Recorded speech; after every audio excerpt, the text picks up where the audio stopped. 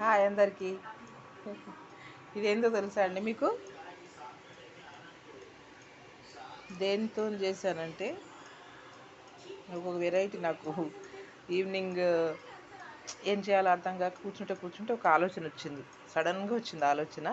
దాన్ని నేను ఇప్పుడు ఇంప్రూవ్ చేస్తున్నాను. ఇది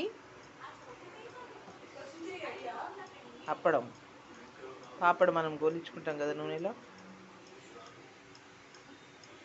అది. దీన్ని తీసి, ఇది దోశల పిండి. దోశల పిండిలో ఇట్లా ముంచి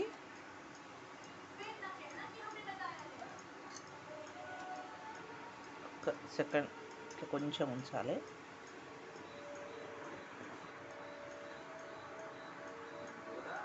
ఇప్పుడు నూనెలో వేసేయాలి.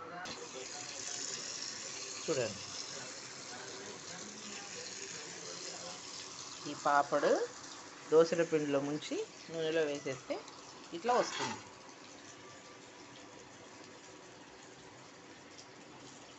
నేను ఇది ఎక్కడా చూడలేదు, ఎవరి ఐడియా కాదండి. నాకు కూర్చొని అట్లా ఐడియా వచ్చింది. సరే ఇలా వెరైటీ చేసి చూద్దామని ట్రై చేస్తున్నా. దీని మీద కొంచెం ఉప్పు కారం ఒక దగ్గర కలుపుకొని పానీపూరి మసాలా పౌడర్ దొరుకుతుంది కదా, అది కూడా కొంచెం కలిపేసి దీనిపైన వేసుకోవాలి.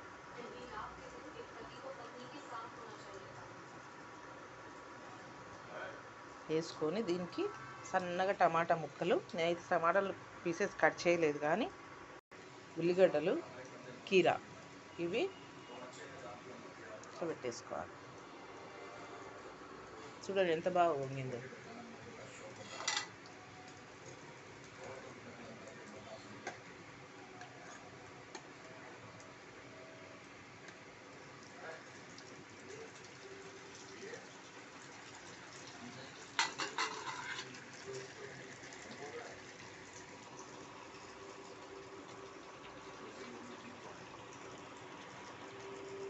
దీనిపైన కీరా ముక్కలు పెట్టేసుకోవాలి. టమాటాలు కూడా కట్ చేసుకొని ఇట్లనే ఇక్కడ పెట్టేసుకోవచ్చు. చూసారా, పాపడతో దోశ పూరి అనుకోవచ్చు, దోశల పిండిలో పాపడ పూరి అనుకోవచ్చు. నాకైతే ఒక ఐడియా వచ్చింది, నేను చేసుకున్నాను, మీకు చూపిస్తున్నాను. ఇప్పుడు మా అమ్మాయికి తినడానికి ఇస్తున్నాను.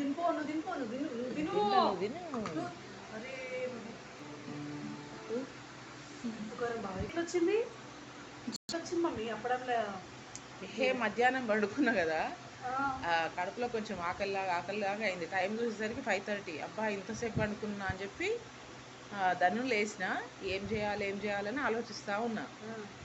ఇంకా మొన్న డబ్బాలని చదువుతాను, ఇలా పాపడ వెళ్ళినాయి కదా అప్పడాలు, అది గుర్తొచ్చింది. ఎట్లాగో దోశల పిండి ఉంది కదా, ఒకసారి చేద్దాము, ఇట్లా ట్రై చేద్దామని చెప్పి ఎందుకో సడన్గా ఆలోచన వచ్చింది. చాలా బాగా ఇష్టం మమ్మీ. Thank you. ఇదేమండి, మీరు కూడా ఇట్లాంటి వెరైటీస్ ట్రై చేసుకొని తినండి. ఓకేనా? బాయ్.